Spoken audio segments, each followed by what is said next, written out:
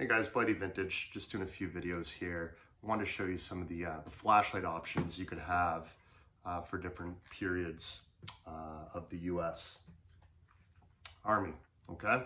So the first thing to go to the earliest option. I have had an original of this, but this is a What Price Glory reproduction, and it's actually quite nice because you can actually see it is made of brass and it's already started to chip away and made it look nice. Personally, this is just a little bit too clean and clear. You can always muck it up.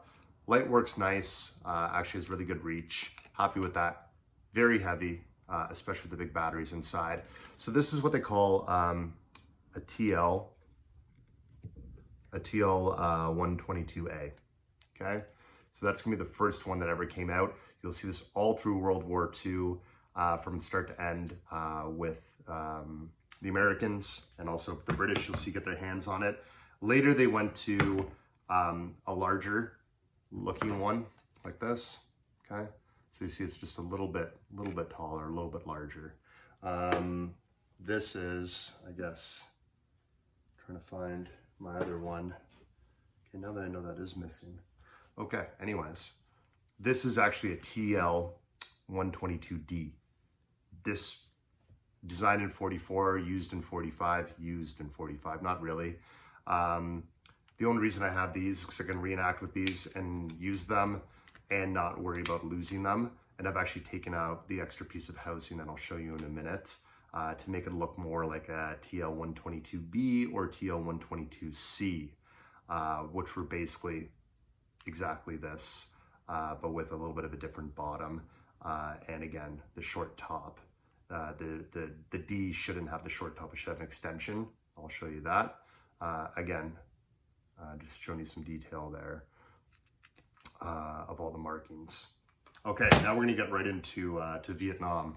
Okay, now this shows you what the 122D actually came with. The 122D really turned into the MX991/U. Okay, this one's nicely marked. Some of the Vietnam ones weren't as well marked that are by Fulton. This is why GT price in California.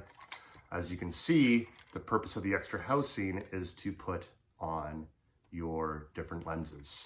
The earlier ones, there was no lens to put in there. There was no lenses in the bottom of your cap. It was just what you had. So that's why on these flashlights, you have all these extra lenses inside. Just so everybody knows, that's a diffusion filter. So if you don't want the light to be casting so far and giving away your position, that's sort of for a close up, diffusing the light. So you really only want to read a document in front of you, you'd use that. Again, the red, I don't need to explain why you'd use red for night. And this is, they're all a little bit touchy, to be honest. The bulbs, again, they're a bit of a pain, but you can unscrew in there. I'll just might as well do it just to show everybody because I've had to learn how to do it. You unscrew this, and believe it or not, all of them are the same.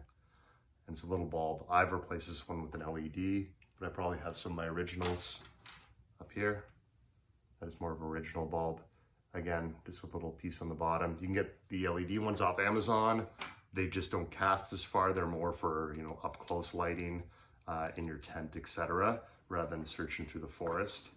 To be honest. Now, the important thing to note about the Vietnam flashlights, and everybody's going to tell you this, there is no finger guard or hand guard, whatever you want to say.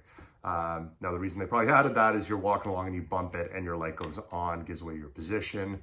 Probably not ideal. Most of these are all painted brass.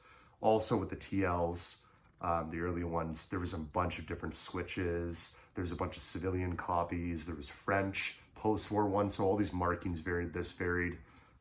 TL should always be the marking on the US ones. Now let's look into something more modern. This is just marked TL-122. This is just a surplus reproduction with a nice LED light here. As you can see how effing bright is that.